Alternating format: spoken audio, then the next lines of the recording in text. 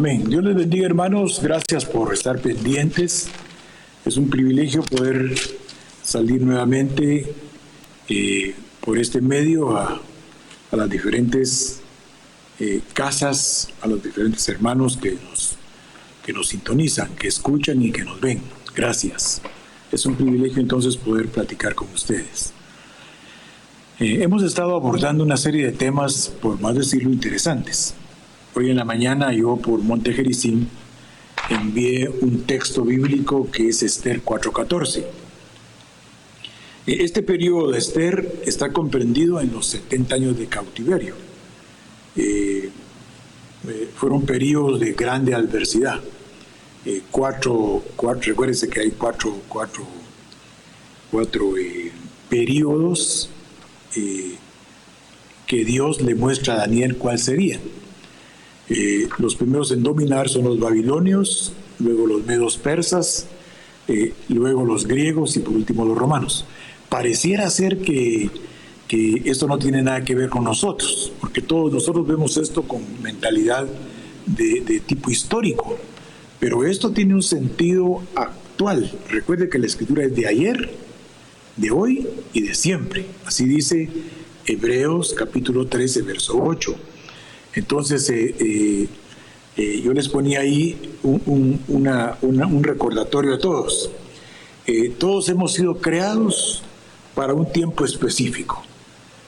Ese tiempo específico para cada cristiano se llama ministerio, o sea, el periodo en el cual va a prestar un servicio dentro del cuerpo del reino de los cielos. El cuerpo del reino de los cielos lo constituyen todos los que han recibido a Cristo como Señor y Salvador, todos los que estaban en la vida biológica, todos los que estábamos en la vida biológica, muertos para la vida espiritual. Cuando recibimos a Cristo, fuimos habilitados para la vida espiritual, y dentro de la vida espiritual hay una delegación de carácter ministerial. Entonces yo les ponía a ustedes ahí, hermanos, que todos hemos sido creados para un tiempo específico. Yo para este tiempo vine a la tierra. Hermano David, para este tiempo vino a la tierra. El 21 de noviembre, él decidió incorporar a su vida personal a otra persona. O sea, a la propietaria de sus sentimientos, emociones, afectos, con la que él quiere planificar su futuro. Ya no son dos, sino que serán uno. Entonces van a tener que confluir en una serie de pensamientos, en una serie de planes, y van a trazarse metas ya no individuales, sino juntos.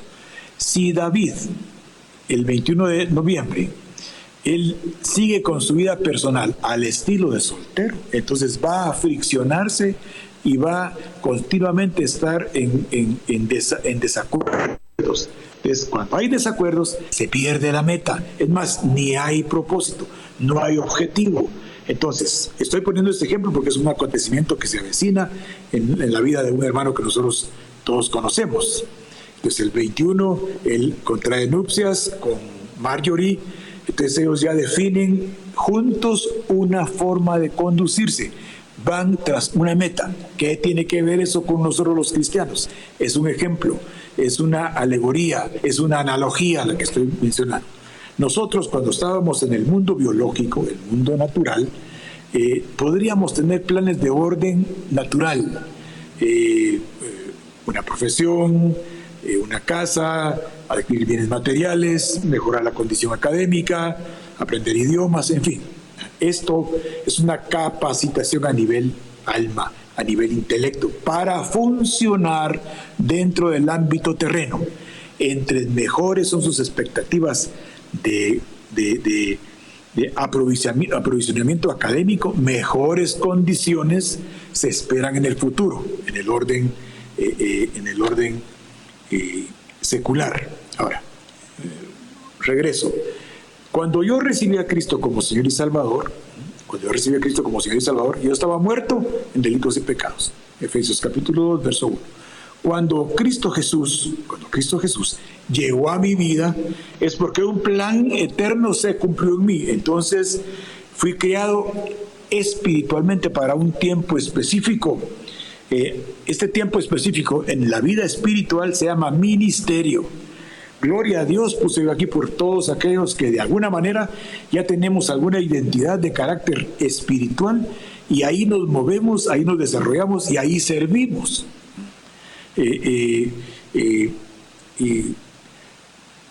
Esto fue como consecuencia que yo recibí a Cristo como Señor y Salvador, pero también que yo involucré mi capacidad intelectual inicialmente para adquirir información, adquirir conocimiento. Por eso es importante el texto del 4:14 de Esther.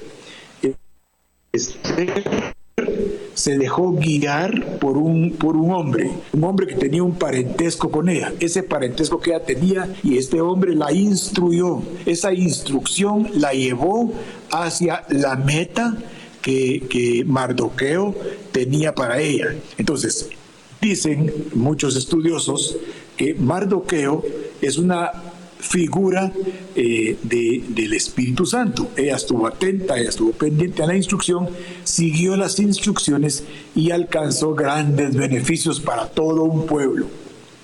Mire, a mí me asombra, y una de las razones por la cual yo soy cristiano es porque me asombra cómo toda la información del Antiguo Pacto se confluye en una sola información del Nuevo Pacto y nos hace a nosotros aceptos en Cristo Jesús para los planes de orden espiritual para los cuales hemos venido a la tierra.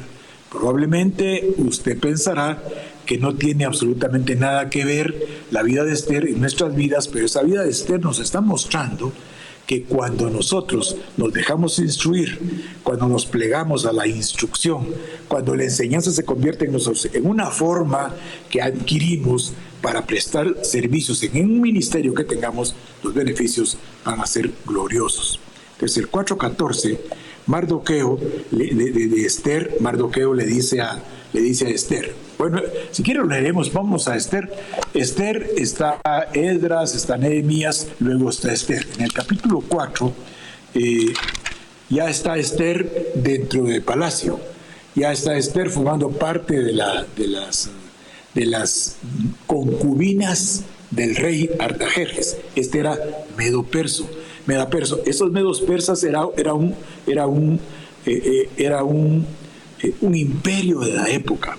Era gente con mucha capacidad bélica, pero con poca cultura. ¿Qué quiere decir con poca cultura? Comparémoslos con los babilonios que los antecedieron a ellos.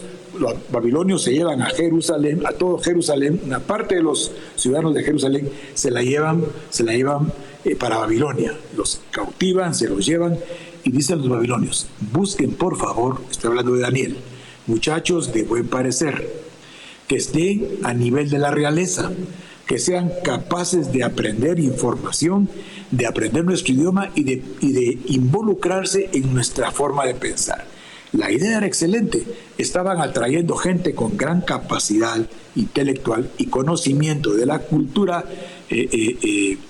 judía, con el propósito de cambiar la mentalidad para servirse de ese cambio de mentalidad posteriormente y hacer adeptos al imperio babilónico que administraba Nabucodonosor. Fue una movida de ajedrez inteligente. Traiga gente inteligente para que esta gente inteligente posteriormente se encargue de hacer más adeptos para el imperio babilónico y que lo paren aceptando. A esa gente fue la que escogieron, a esa gente fue la que eligieron. Luego, cuando caen los babilonios y aparecen los medos persas, todo es un programa de Dios. Si usted mira, Ciro, por ejemplo, fue escogido y elegido de Dios con un propósito: restaurar la muralla. Miren, hermanos, lo asombroso en el cristianismo es que todo tiene una razón espiritual de ser, aparte de la razón de orden biológica que existe.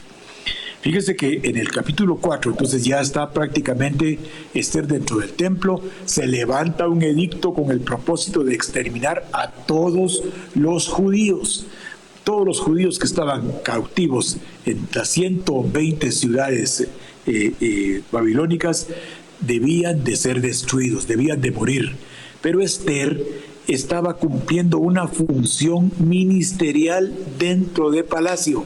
Es cierto, tenía la categoría de concubina, pero Dios se iba a servir de ella para detener el proceso destructivo, porque no podía cumplirse el propósito de destruir a los judíos. ¿Por qué no se podía cumplir? Porque habían todavía 3 imperios más que tenían que prestar su servicio a favor del fortalecimiento de los judíos.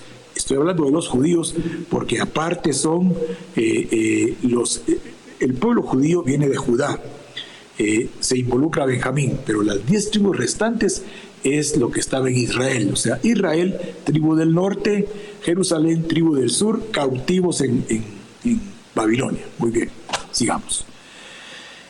En el capítulo 4, verso 14, Mardoqueo le dice a Esther, muy bien Esther, estoy parafraseando, estás dentro del templo, estás cumpliendo una función, tenés una delegación, o sea, estar dentro del reino tiene un propósito.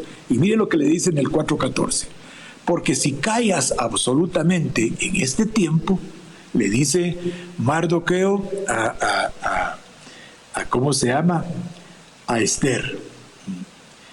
Bueno, no, hay tantas cosas que hablar, pero tenemos que reducir mentalmente para no ampliar muchas cosas. 4:14. Mire cómo le dice Mardoqueo. Porque la nácar colunga, porque si ahora callas, porque se le hizo una delegación, tienes que presentarte delante del rey, porque presentarse delante del rey va a generar una explicación delante de él, y esta explicación en un momento dado puede generar de alguna forma que no se cumpla lo que está establecido para destruir a los judíos. Porque si ahora callas y el socorro y la liberación viniera a los judíos de otra parte, mire, esta nácar colunga me interesó como dice, porque dice, porque si ahora callas y el socorro y la liberación viniere a los judíos de otra parte, tú y la casa de tu padre perecerán. O sea, si ella dejaba de hacer lo que tenía que hacer, que Mardoqueo le estaba diciendo, Mardoqueo figura del Espíritu Santo actualmente. La instrucción de Mardoqueo ella la iba a seguir, ella la debería de seguir, porque de no seguirla las consecuencias serían funestas para Esther y para la casa de Esther. Yo le ruego una cosa importante, esté usted haciendo la analogía entre lo que inicialmente le dije.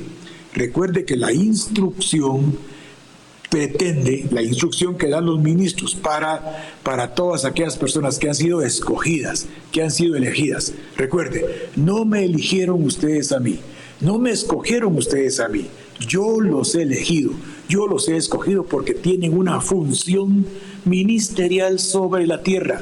Y esta función ministerial, aunque afecta a la vida biológica, es de carácter espiritual. Mire pues, porque si ahora callas y el socorro y la liberación viniera de otra parte, dice, tú y la casa de tus padres perecerán.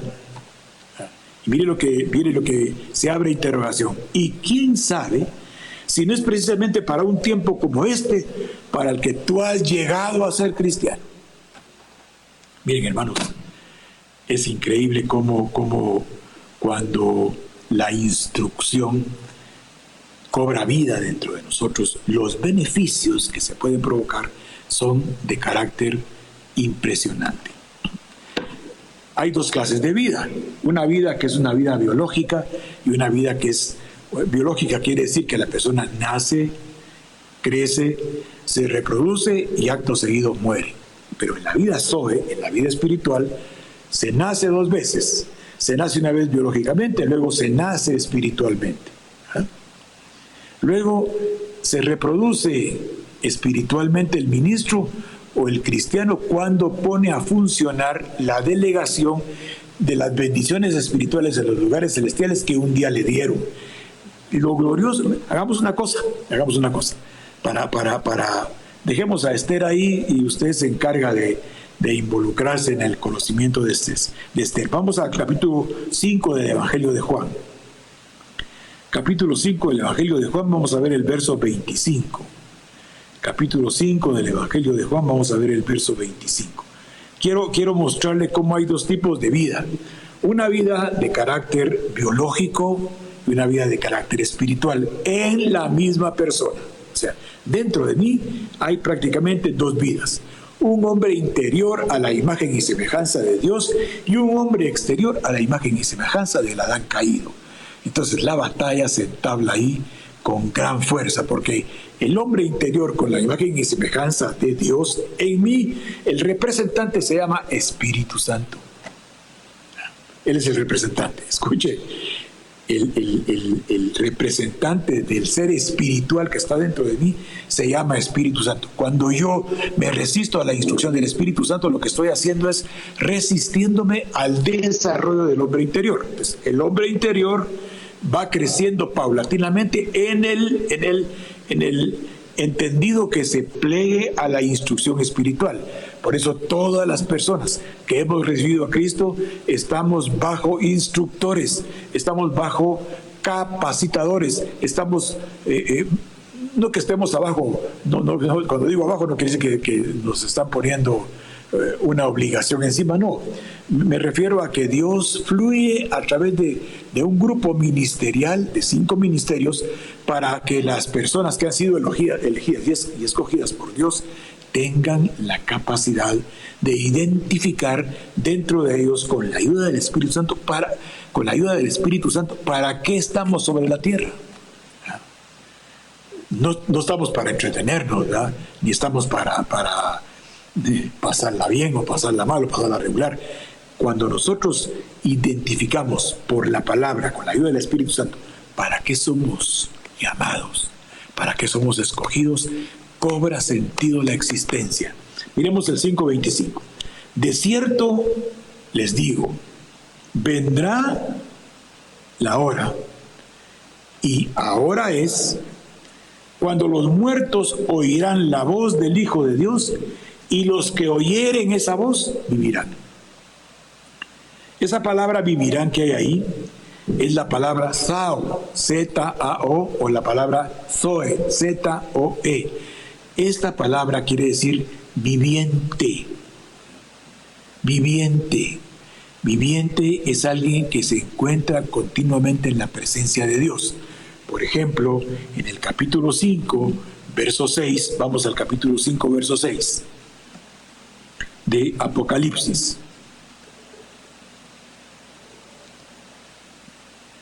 Vamos a ver. Dice, miré, estoy leyendo la versión LBLA. Miré y vi entre el trono con los 4 seres vivientes y los ancianos a un cordero. Pongamos atención porque esto es bien interesante. Cuando vemos nosotros en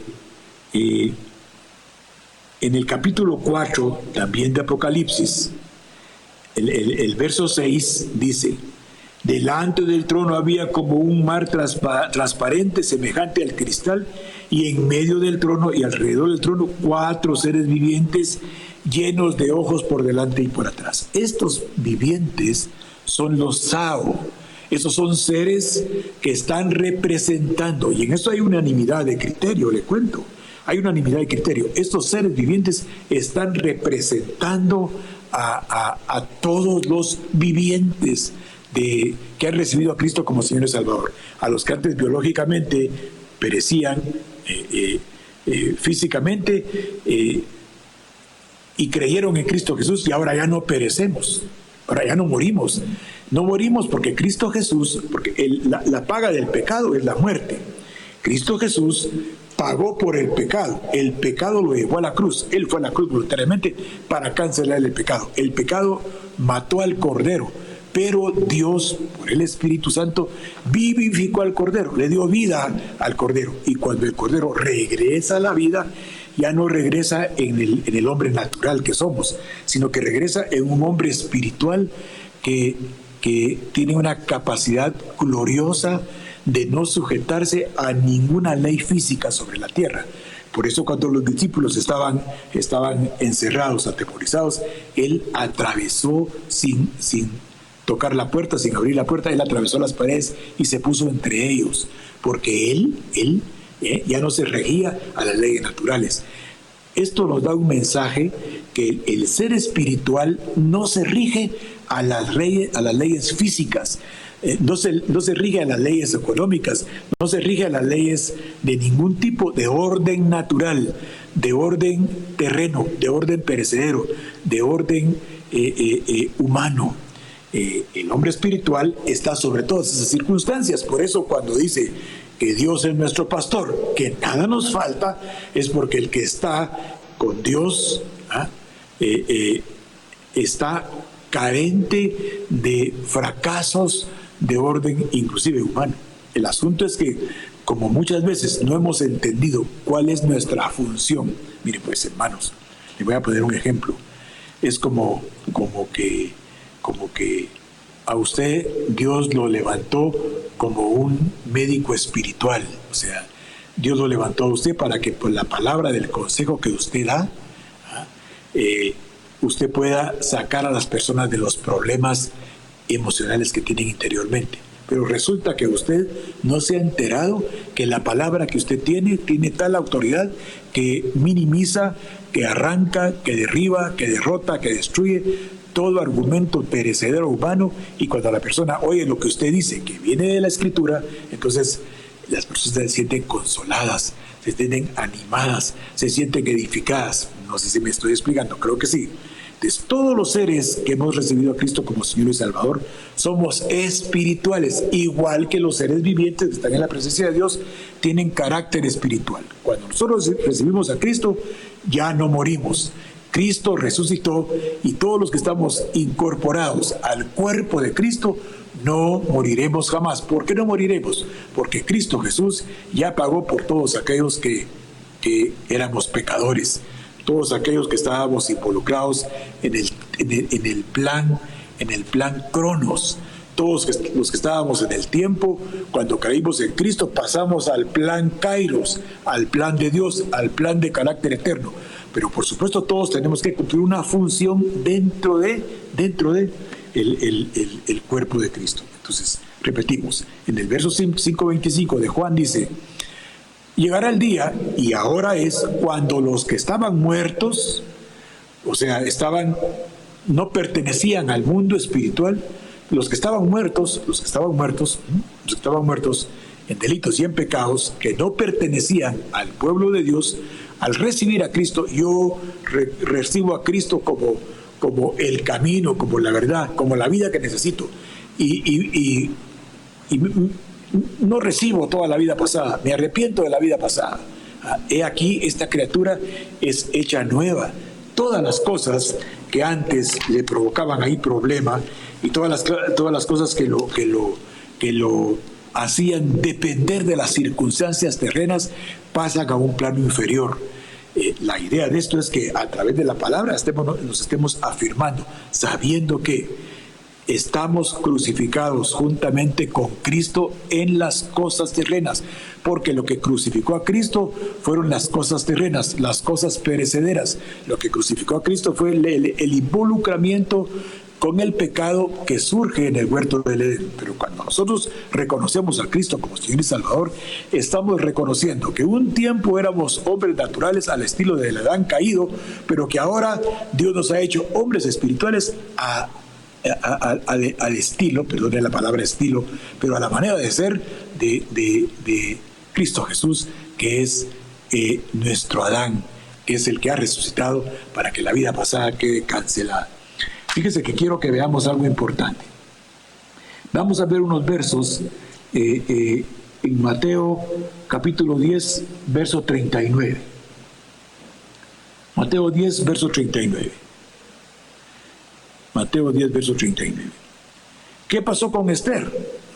Que Esther, como se plegó a la instrucción, logró el propósito para el cual había entrado a un lugar que ella no calificaba para eso. Humanamente, Esther no calificaba para entrar a la presencia del rey. ¿Por qué no calificaba? porque ella tenía una calidad de esclava. Esther era una esclava, había nacido en esclavitud, pero como se plegó a la instrucción que un hombre delegado de Dios le dio, entonces se puso en un nivel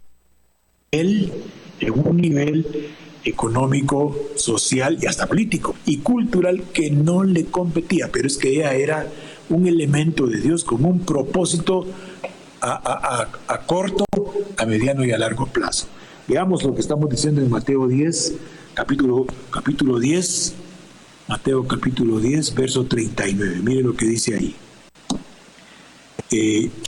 Interesante, porque dice, el que ha hallado su vida, y esa palabra vida que aparece ahí no es Zoe, sino que esa palabra vida que aparece ahí es la palabra suje, S-U-J-E, es la palabra suje.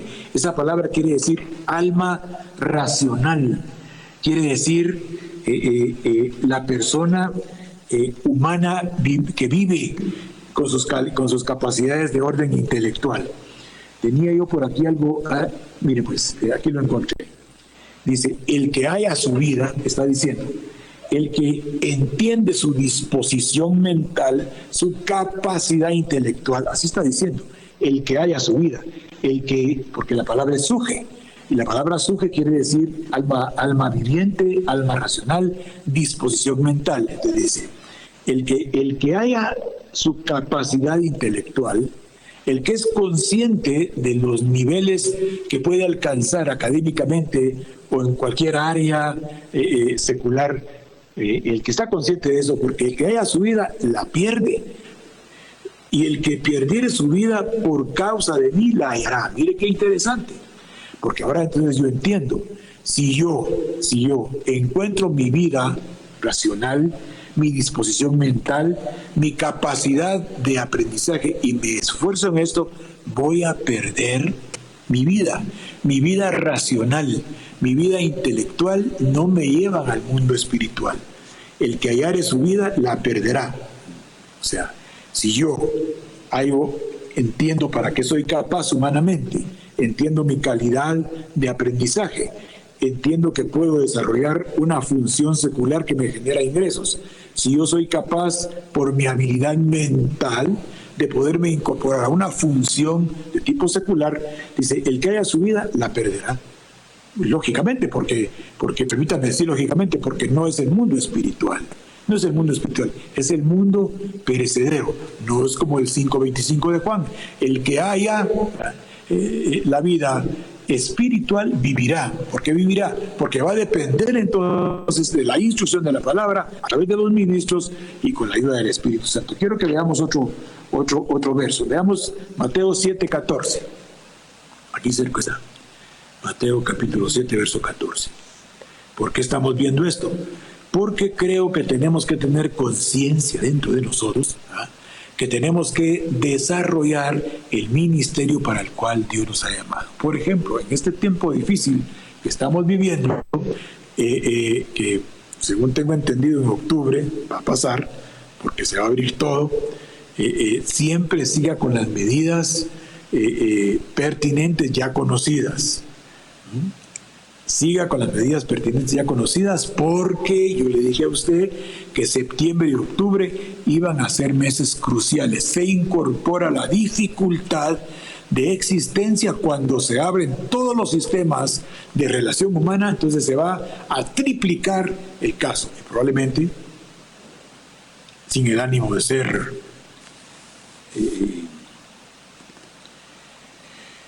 portador de malas noticias, si se abre todo esto y nosotros no tomamos las medidas sanitarias pertinentes, vamos a tener probablemente 1 millón de casos para el año entrante.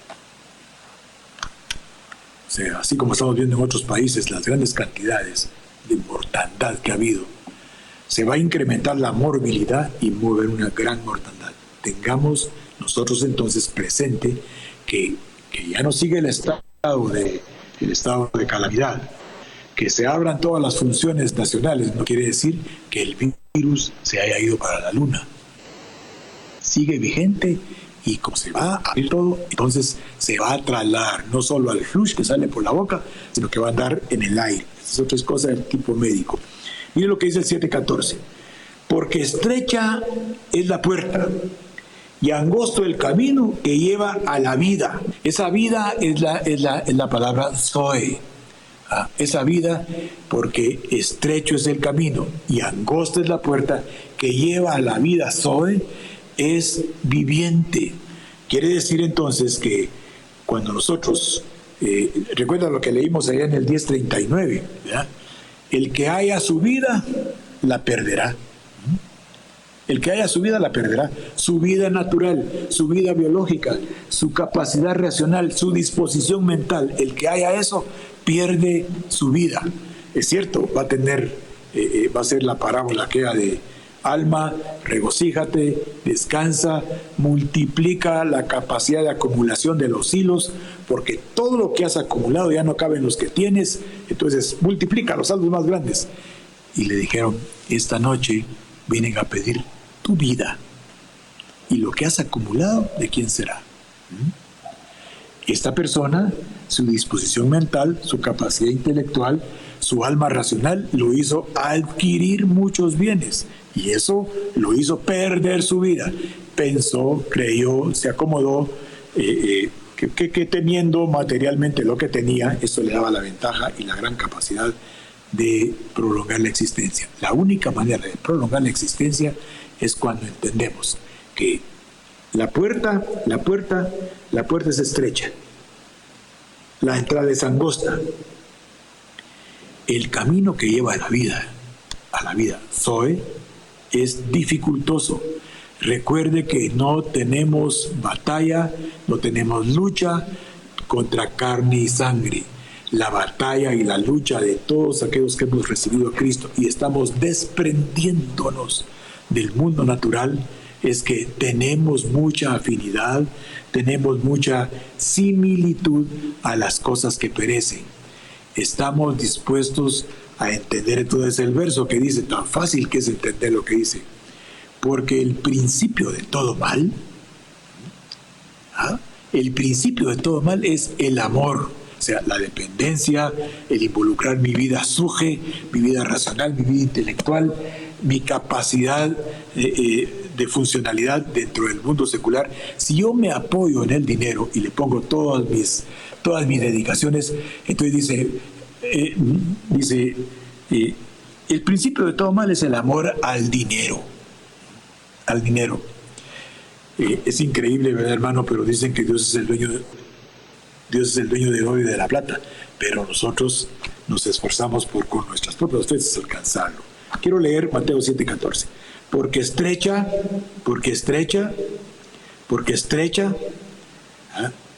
esa palabra estrechez es la palabra estenos. Estenos viene de la palabra estenosis, que quiere decir cerrado.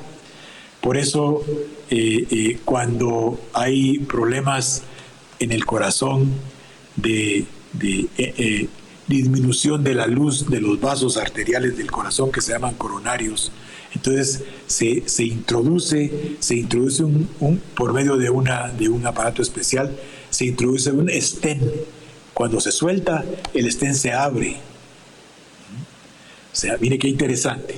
Cuando hay una estenosis, o sea, está cerrado las arterias y las venas en el corazón, se introduce un aparatito que entra y abre las venas, las arterias, porque la estrechez impide el paso de sangre. Es para que entendamos que la estenosis, o sea, el cierre de las arterias, desvitaliza el corazón.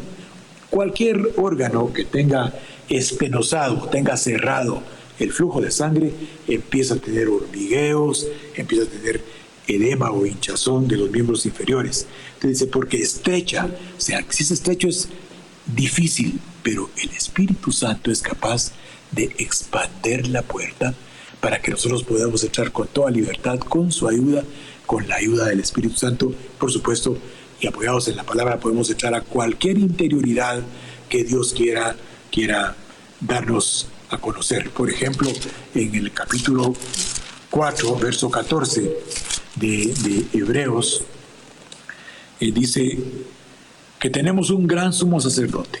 Recuérdense que la puerta es estrecha y recuérdense que el camino es angosto, ¿eh? O sea, no solo estrecho, sino angosto.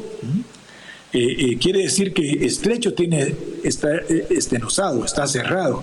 Y no solo así, sino que también hay una tribulación.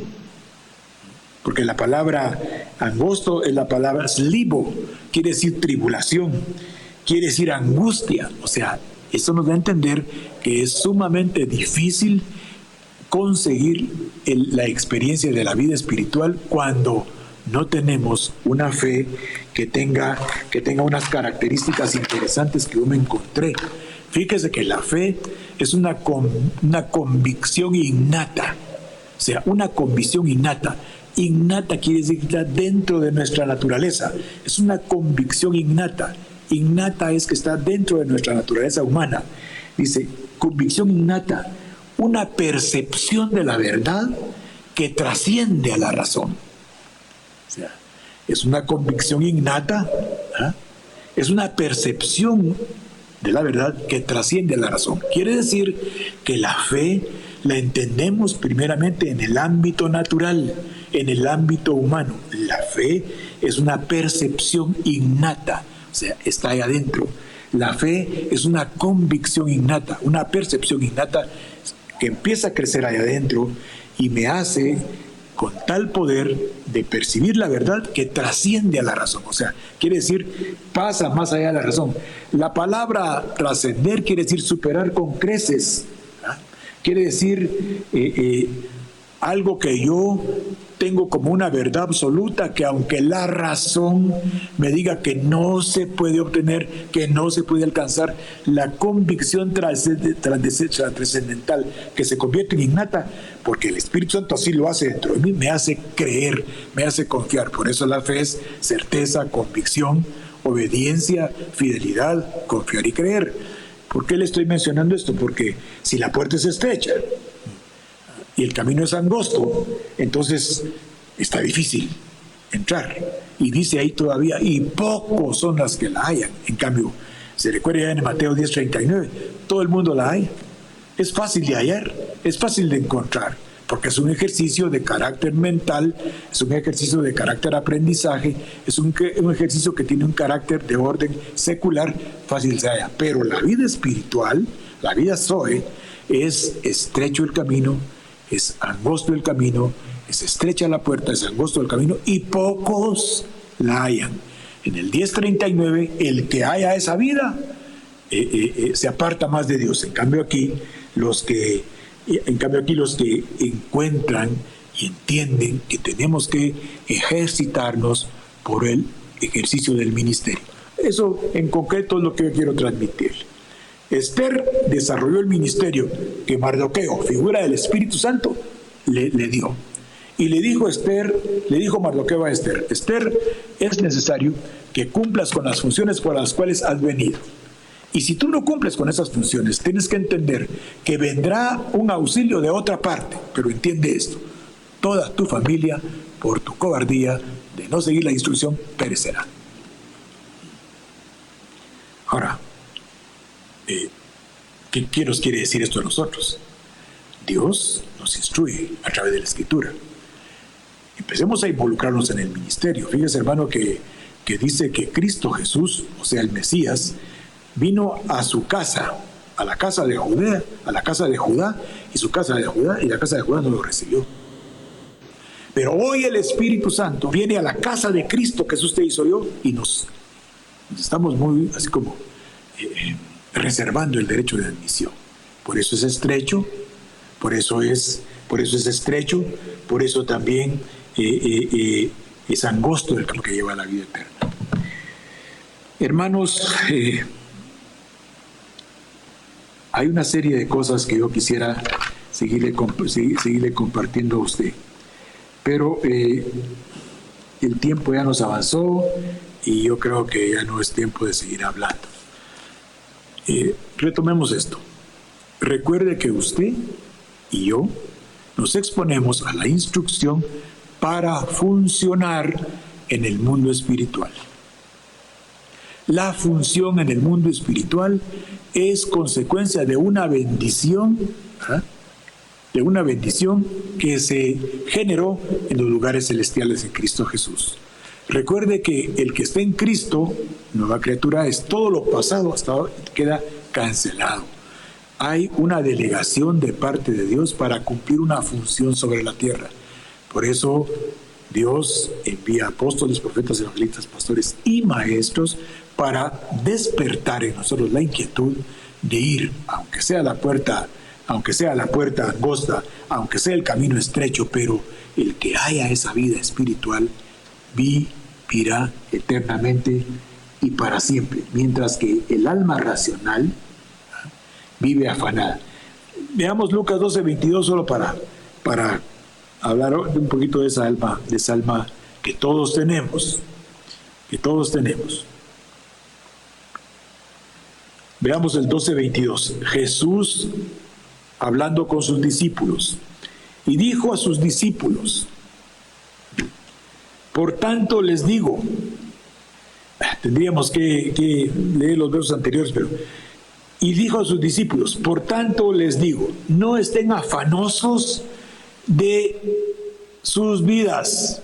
Esa palabra vida es la palabra suje, es la palabra disposición mental, es la palabra alma racional, es la vida que se usa por medio de la capacidad intelectual. Entonces dice, y dijo a sus discípulos, por tanto les digo, no estén afanosos de vuestras vidas, qué comerán, ni del cuerpo, qué vestirán. Aún así, la vida natural, el alma racional, es más que el alimento, más que el cuerpo y el vestido. Entonces Dios, que sostenga la vida natural, que sostenga el alma suje, que sostenga el alma racional, no le da ninguna garantía de encontrar una vida espiritual. Espero haberlo explicado. Mateo 12:22, Mateo 12:23 está diciendo: no se afanen por las cosas temporales, que esta vida terrena perecedera, que esta alma racional, que esta disposición mental no sea motivo de un afán, porque Dios tiene cuidado de nosotros, vida natural estoy hablando. Es más, Dios dice que la vida, esa vida suje, esa vida racional, esa vida intelectual, esa vida de disposición mental, es más que el alimento, más que el vestido, pero no es garantía de vida eterna. Hermanos, siempre que termino de exponer, le ruego a Dios que en esta mente natural, que es por donde entra la información, use un tanto de su intelecto para pensar que el alma natural, que la disposición mental son buenas, valen más que el vestido y el alimento, pero no voy a estar afanoso por ella. Así es que echemos toda nuestra ansiedad sobre Dios por la palabra y vamos a darnos cuenta de que Él tiene cuidado de nosotros. Tenemos un sumo sacerdote. Él traspasó los cielos. Es Jesús el Hijo de Dios. Él lo que espera es que retengamos firme nuestra profesión. Nuestro sumo sacerdote se puede compadecer de nosotros porque fue tentado en todo y no pecó. Así es que en esta tarde acerquémonos confiadamente al trono de la gracia y alcancemos de parte de Dios la misericordia y hallemos gracia para que nos auxilie y podamos entender que estamos en la vida natural, pero realmente la que tiene que gobernar es nuestra vida espiritual, nuestra comunión con Dios. La vida natural depende de los asuntos de la tierra, de todos los acontecimientos perecederos, mientras que la vida espiritual depende del Creador y de aquel que en la cruz del Calvario ganó nuestras vidas para la vida eterna. Que Dios en su misericordia lo llene de su presencia, que todo lo que hagamos en nuestro espíritu, nuestra alma y nuestro cuerpo se sujete a la palabra para que seamos irreprensibles el día de su vida. Amén y amén.